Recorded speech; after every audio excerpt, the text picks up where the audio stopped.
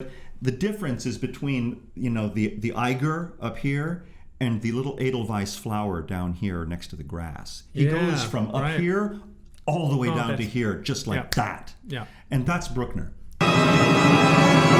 Okay, welcome to Classical Rebellion. It's summer in San Diego. It's summer everywhere. We're going through Wichita. I'll tell you what, I've never been to Wichita, but I'm guessing the heat we're having right now is a lot like Wichita. Well, if based on their programming, I would love to go to Wichita. If I could go hear this concert, I would be there in a heartbeat. Yes. And you should be too. And so should your mayor. Mayor of Wichita? Mayor. That's right.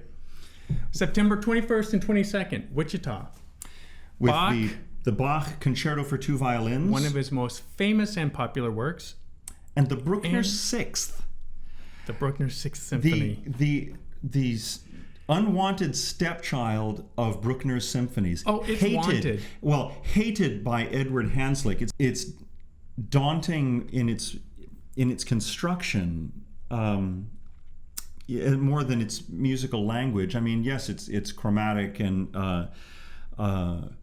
somewhat mysterious. I find it very exciting. I love it. Hanslick hated it. He said, I see flashes of brilliance interspersed with long periods of nothing. It just says nothing going on, like endless cornfields. And then all of a sudden, you're in Wichita. And then suddenly you're in Wichita. But I find it a gripping symphony. I do too. It's the kind of thing, the very way that it starts out, you think you might know it. And I'll tell you why. Does this sound familiar? Oh, here we go. Okay.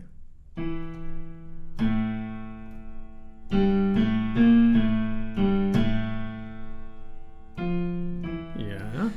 Where do you suppose that you might have heard that? Well, that's the opening theme of the Sixth. That's the opening theme of the Sixth. But where does that sound familiar? That, to me, it struck an immediate chord. Okay. It's the elvish theme from The Lord of the Rings. Oh.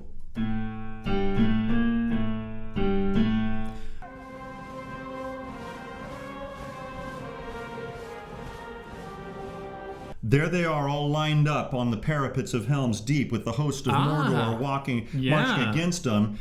And I'm not saying that Howard Shore ripped this off, but I mean, in the very same symphony, in the first part of the third movement, which is divided into two parts, Bruckner's spirit just suddenly feels the need to sing.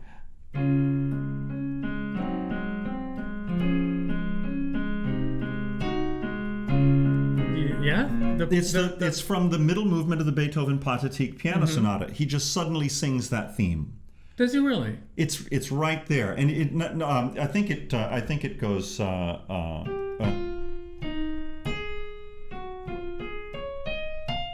But it's very related, and again, Bruckner got beaten up a lot in his lifetime. He was a very beatable guy. Yeah, I mean, easy to bully. He would wake up in the middle of the night, rush and rearrange the score based on the critics and well-meaning and ill-meaning friends. But the Sixth is the one he tinkered with the least. That's true. But he said relative to this symphony, somebody asked him, what he said. If Beethoven could speak to him, he felt that Beethoven would say, and Bruckner, if you think you have it badly, they were worse to me.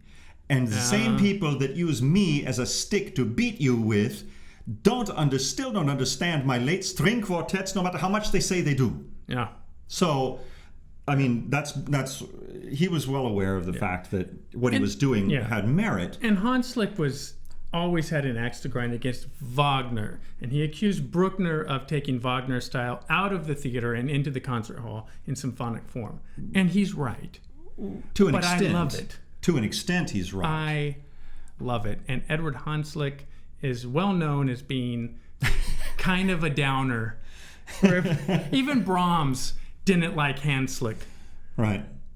And Hanslick was Brahms' biggest champion. Well, is somebody... I don't know why he had so much influence. The Bruckner Sixth Sixth. Sixth. Some people say sixth. I can't stand that. It's sixth. But the Bruckner Sixth was not given its premiere in England until 1944. Really?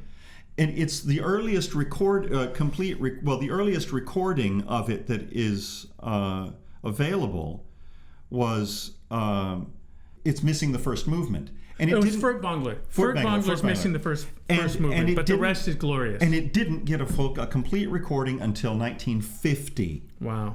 So, people, even in the middle of the 20th century, were still discovering Bruckner. Yeah. No one had heard it before, Look, it's tough to pick your favorite Bruckner symphony, but on some days, the Sixth is my favorite. I can well understand that. I find the slow movement to be the most satisfying of his slow movements. Now, it's not in the same scale as the slow movement of the fifth, seventh, or eighth. Right. For sure. But it is exquisite. That oboe solo is phenomenal at the end of the movement. It's just so touching. Well, it just pierces the third your movement heart. Starts out adagio and then goes into a sort of, again, I don't know if it's sort of an agitated adagio. It's still slow. It's like an andante, but there's inner motion in it, and it's building up to something. And yet, one of the English critics in the 1950s said, listening to Bruckner charges ahead and then is always pulling up short, as he says, like a horse at a jump, pulling up short, and then starting the musical argument over again. Yeah, I can see that. He said it's like trying to drive across a city where you're hitting every red light. Yeah, okay. However, if the end result of pulling back on that tension is so gratifying with Bruckner, I think. And if you haven't, let me put it this way, if you haven't ever been on a galloping horse, never. But maybe in Wichita. You shouldn't be listening to this. I'm not sure you can really, it's like being on a galloping horse. The way he charges that bump, ba-dum, ba-dum, ba-dum rhythm that he uses, that's very sure. Bruckner. Yeah, the finale of the eighth is that. And here we have, at the very beginning, he starts right off with... those triplets,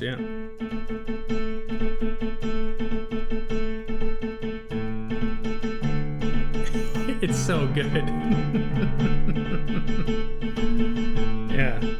And there's that agitated quality. It feels like something important is about to happen. That is why I love Bruckner. You always feel as if something important is happening. Well, it's cinematic. Yeah, it's fundamentally cinematic music. And in this case, you have just walked into the eve of battle.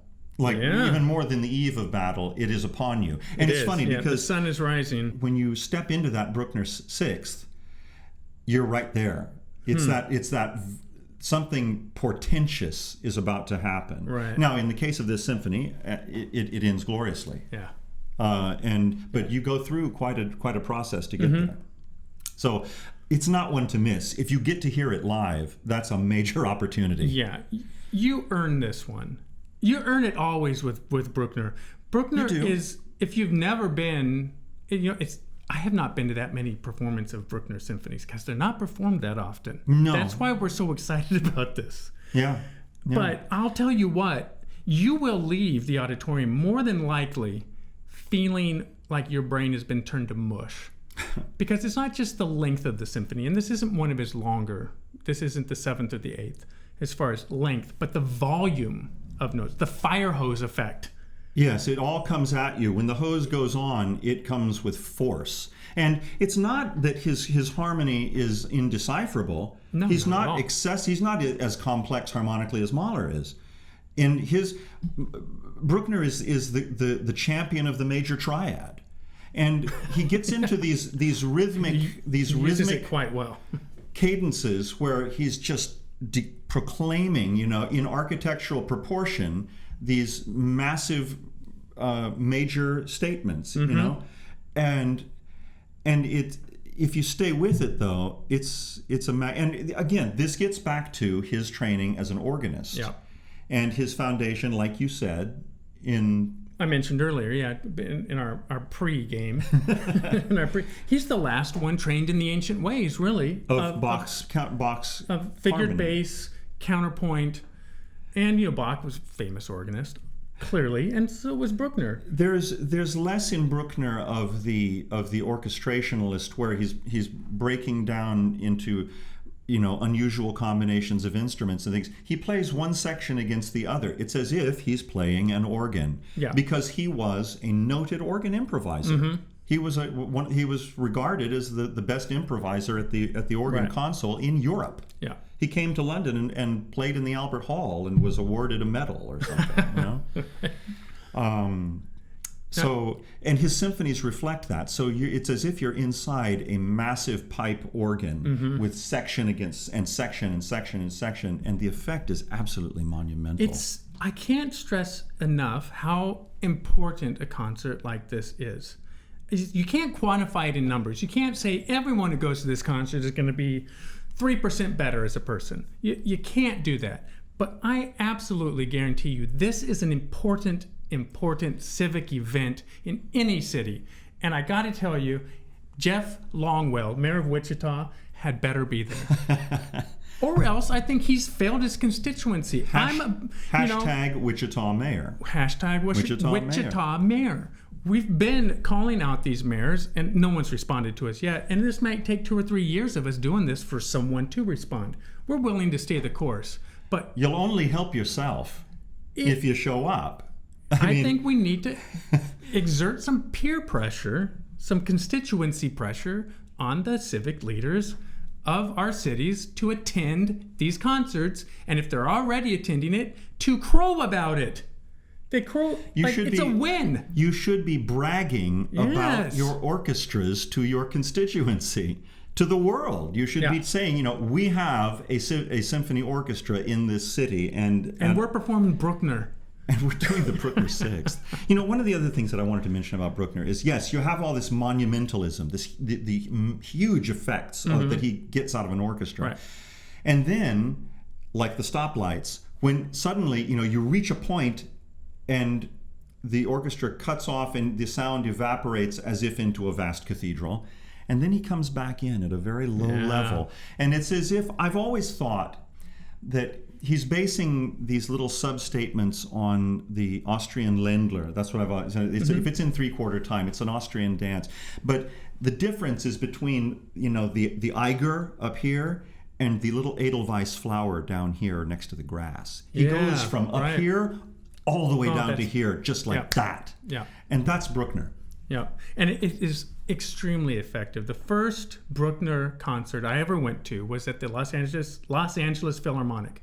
I drove my 1965, no exhaust, no driver's side window, Chevy Bel Air station wagon up to Los Angeles. Did it have a wing window? Yes, it did. Excellent. Good. Yeah. And I heard Zubin Mehta conduct the LA Philharmonic in Bruckner's Eighth. And in that big, massive adagio, third movement, he's done several of these stoplights with the climaxes. Right. And he finally gets there and the heavens open up and down.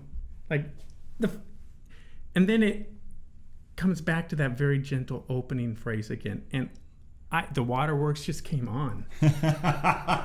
It was as if, yes, I've been through hell and back and still the hand here. of this garden, this masterful composer. Yeah. I get it. There's just so much in Bruckner. Wichita, you should really be proud that you're doing this. I'm proud. I'm proud. I'm proud to know it's happening. Yeah. This is what we love, covering this kind of thing. So, forgive me if we've given short shrift to the Bach double violin concerto. And but sorry, Holly. Holly Mulcahy is a friend of. I met her online. She liked something I'd written called Sarah Chang plus Max Bruch equals Barry White. She liked that article, and we connected via I think Facebook maybe. And then I finally got to meet her, and I read her blog. She's got a fantastic blog. But she came out and played in the Mainly Mozart Festival as one of our violinists in our section. Right. The section is only composed of concertmasters, so that's why she was invited. and we got to know each other a little bit. And she's playing one of the solo pieces. Oh, fantastic! In the Bach. Yeah. It's lovely to know there's a personal connection there. Yeah. She's great. Her blog is fantastic. She's a classical rebel. Is she? Yeah. I've just imagined you'd have to be. Rebelled her. That's right. So, Wichita, get out there, hashtag Wichita Mayor. Wichita Mayor. And on Instagram. So you can follow a hashtag on Instagram. So you can put in hashtag Wichita Mayor, see what comes up, and follow that hashtag. And then in your feed, anything that says Wichita Mayor will show up. So hopefully on September 21st or 22nd, you'll see 20 or 30 pictures on that hashtag with the mayor of Wichita at the symphony. Fantastic. And then you can celebrate. You can give it a little like. Oh, one other thing I wanted to mention about the Bruckner. He dedicated this symphony to his landlord. That must have been some apartment. I mean, Okay. Seems like such a Bruckner move. That guy is really confusing. He's just all over the shop. So I'm sure Bruckner's landlord would have been appreciative of Classical Rebellion.